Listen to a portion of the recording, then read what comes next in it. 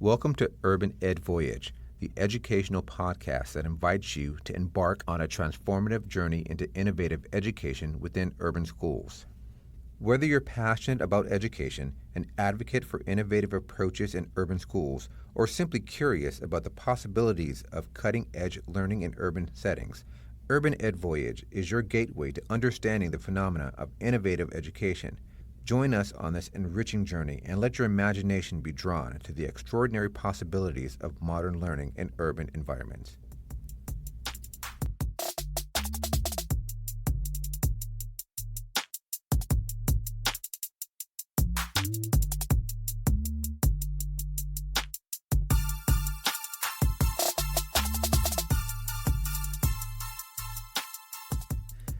This week's guest is LAUSD's Director of Middle School Instruction, Dr. Justin Lauer.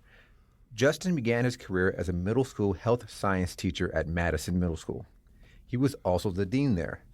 He later became an options principal and most recently the principal at Young Oak Kim Academy.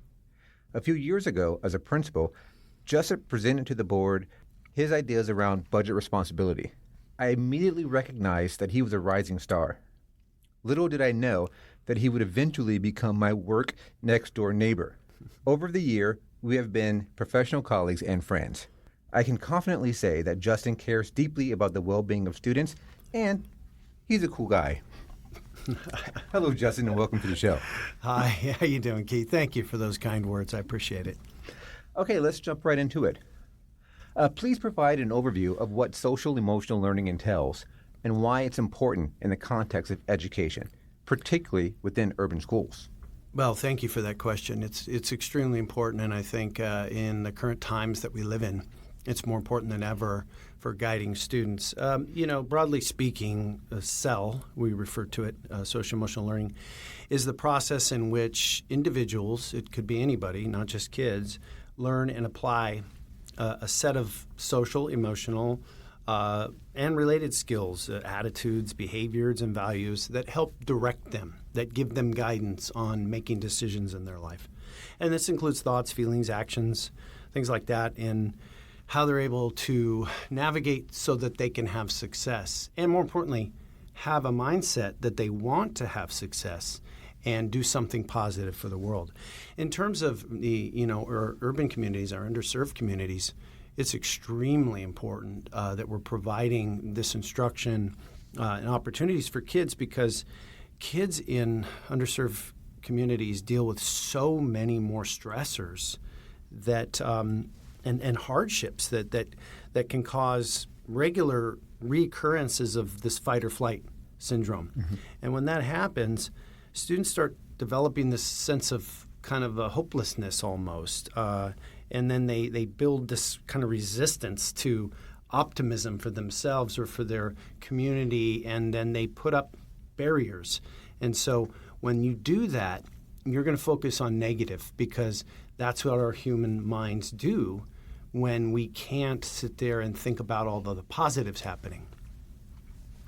So that is a testament to SEL, or that's a major part of it is the difference between fixed and growth mindset. Mm-hmm. Growth mindset is what folks do when they fail, and then they get back up and say, "Okay, I'm going to try something else. I'm going to do this differently. I'm going to succeed one way or another." And that's at the heart of all successful people. They failed more times than anybody. Even Jordan says that, mm-hmm. Michael Jordan. So fixed mindset it is what it is. Can't change anything, and I will just navigate through here and get through it. Well, we thank you for that because according to a recent UNICEF study, approximately 70 million youth between 10 and 19 were suffering from depression and anxiety. Yeah. Right? And SEL has proven to be a positive impact on students. Okay. In what ways do SEL initiatives contribute to a positive school climate and enhance overall academic performance?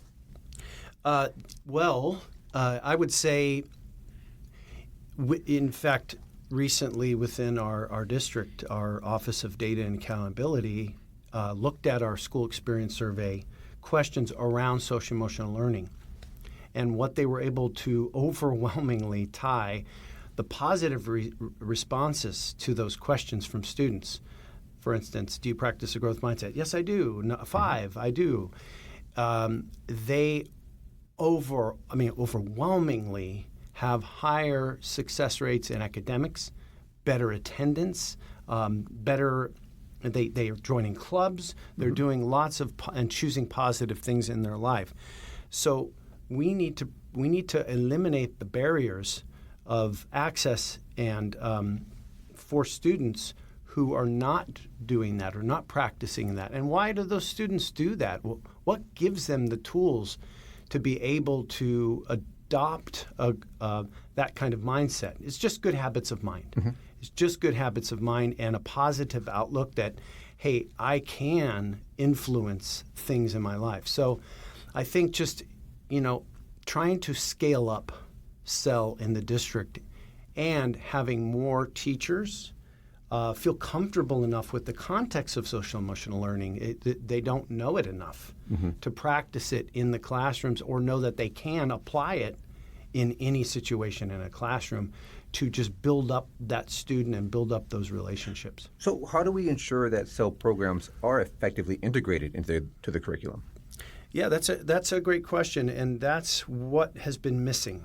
For a long time, SEL has been this thing that some teachers do over here. In advisory, you have those teachers that just practice it in their own lives and find it extremely important for students and model it for students. But a lot of the teachers say, no, I don't have time for that. That is that teacher over there. They do that for you. So what we're trying to do is make sure that teachers understand that it is not a curriculum. Social emotional learning is not a curriculum. It's actually a practice and the way you deliver your curriculum.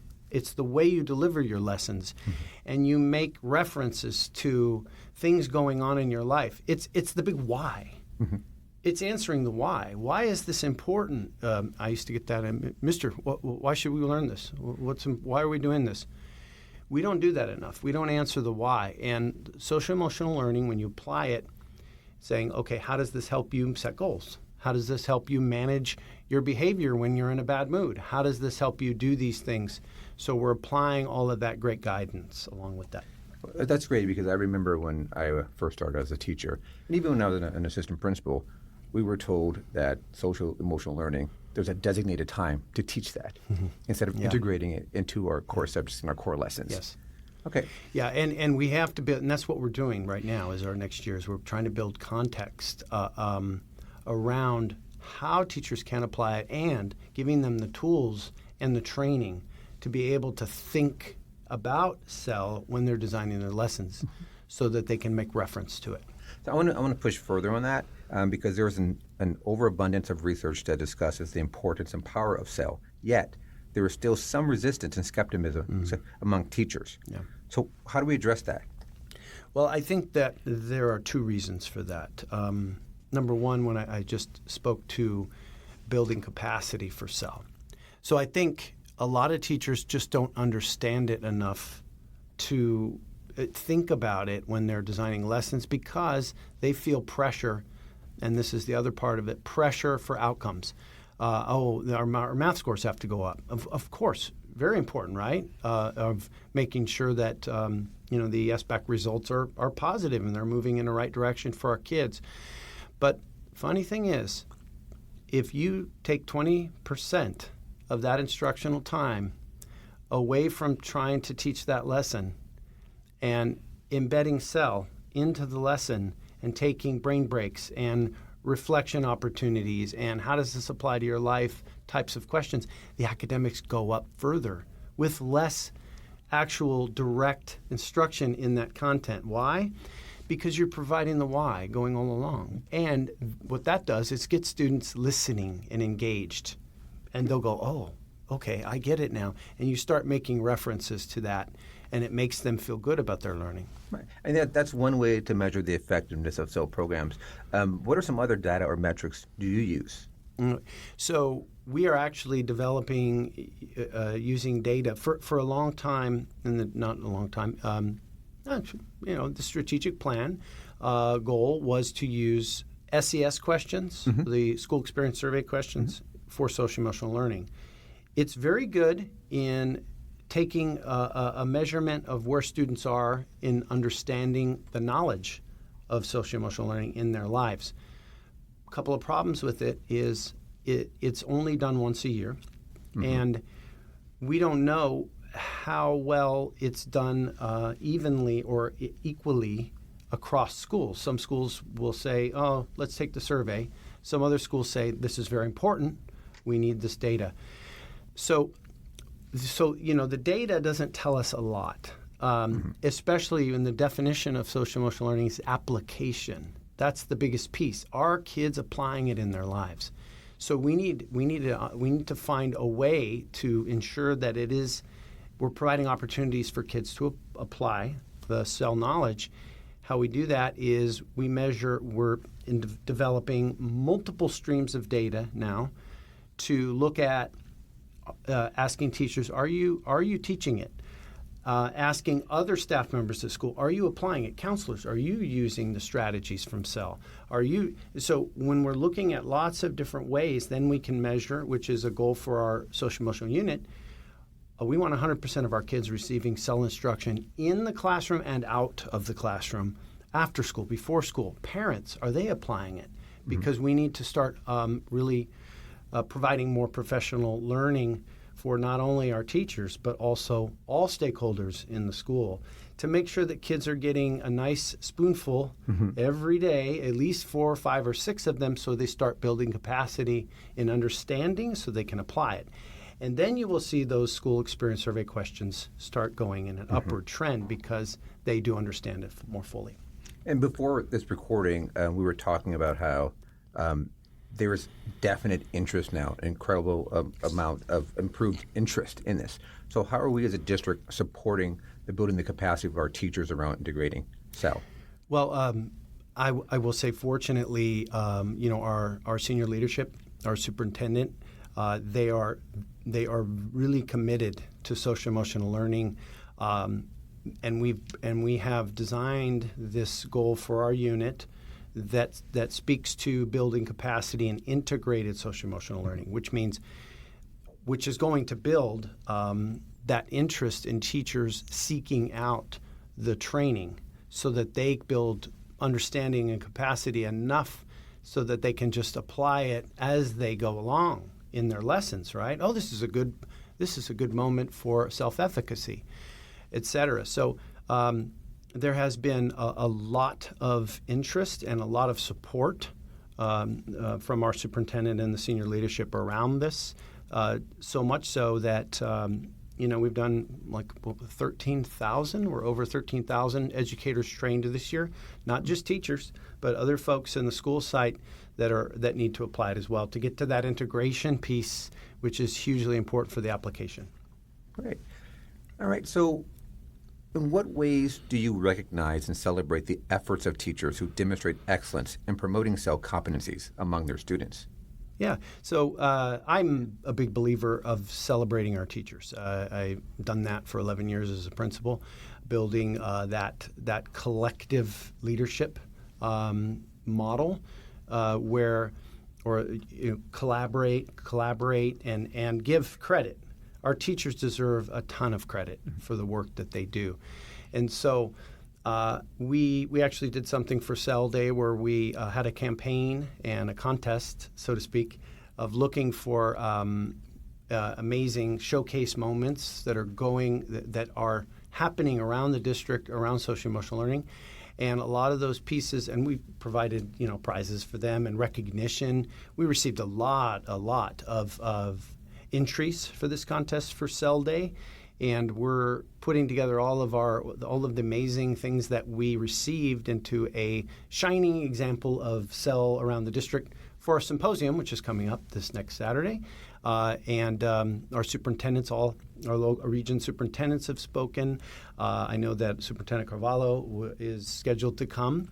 And so we're really excited to just make sure that all of our stakeholders in the district, all of our LAUSD family members know that this district wholeheartedly supports this learning for our students. And so I kind of got off there and didn't. I don't know if I answered you correctly. No, this is fine. We're having a conversation. But you stated that the district is now embracing this and supporting this. Yeah. So my question is probably a little more personal for you: is what led you to this work? I know you're extremely passionate about this. Yeah.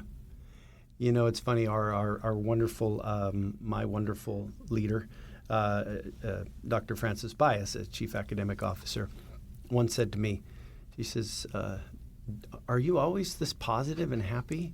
And I said, I think, and this comes from my mother. My mother was the light of the room. Could walk into a room and everybody would want. It's like, moths around a light. Everybody would want to be around because she made everybody feel like they were worthy or important, or that they, things that they do matter to people. And so she kind of gave me that gift, and I kind of stumbled into education actually, and became a teacher. And I said, "Oh my gosh, this is where I'm supposed to be." And that goes too with growth mindset. We want our kids doing something that's better for the world, that they can give back and say when they exit this planet, that they did something that is positive for the human race. And so I just always feel like it's just my charge to close to 500,000 kids, getting more exposure to kind of creating framework for positiveness in their life. I sleep soundly. I think it's really interesting how this is now coming from a former middle school dean who's responsible for discipline. Yeah, it's funny about that.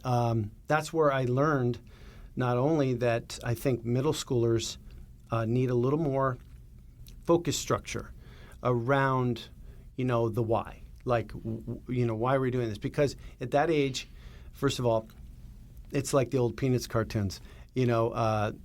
Us adults, we're like, this is us, wah, wah, wah, wah, wah, wah, wah, wah, because we're black and white, and all of their friends are in color, because that's when that switch turns on in that very important developmental period in the middle school years where kids are interested in growing socially. And you have to use that in a school site. You have to kind of, that has to be a strategy used in the classroom and out of the classroom to develop a sense of, collective understanding. This is what our school's about. We're a family. This is what we do. And so I've always done that. At any school I've worked at, is that you build that understanding that we're all in this together. Right. Okay. Guess final question before we get to our speed round. Okay. How do you encourage self-care and well-being among teachers, recognizing the importance of their own social and emotional health? Oh gosh, that is key. That is key. I will say our teachers are under more stress, and I wish that somehow we could pay them even. And they did, thankfully, got a nice raise, which they deserve. But their job is 14 hours a day, and not only that, but getting to the question, finding a way for them to decompress.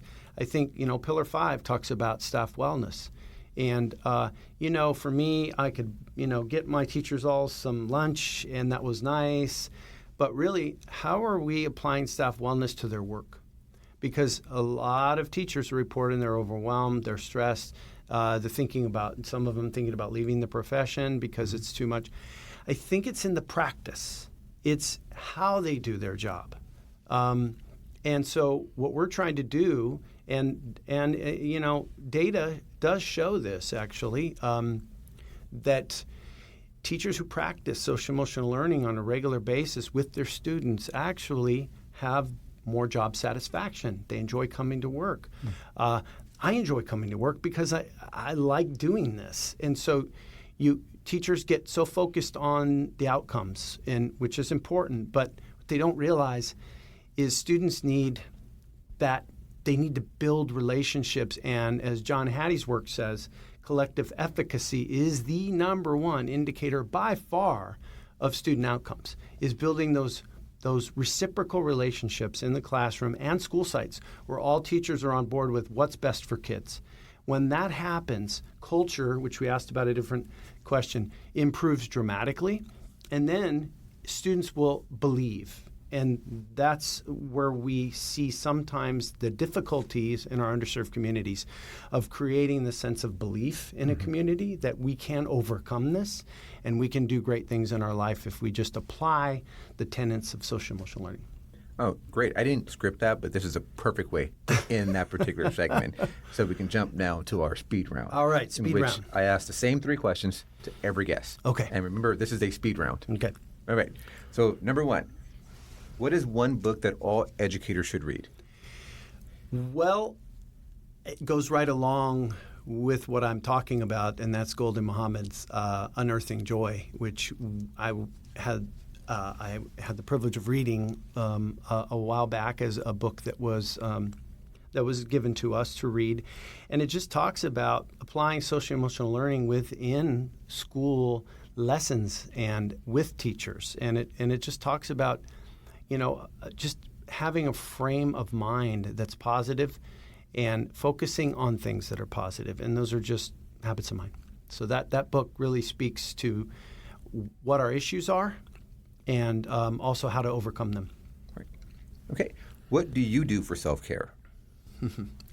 Well, I think, I do believe in working out. I do believe in finding avenues to unload stress, and hopefully that avenue is not on somebody else, which people tend to do, which destroys relationships. And I bring these examples up to students when I was in school. Look, these things will create issues for you later if you don't develop habits of mind to get rid of stress. We all have stress. We all have anxiety. We all have depression. I know it's worse. And you know why? Because students are looking at their phones, and that is their social emotional outlet right now, and that isn't going to do. You have to have a person in front of you that can hear you, and so you get feedback from that person, and then that promotes and helps you get through stress and tough moments. So I just think talking to people and just having conversations about, what can we do to make things better, and also just belief in yourself. Belief in what you're doing is important. Right. And finally, what inspirational quote do you live by?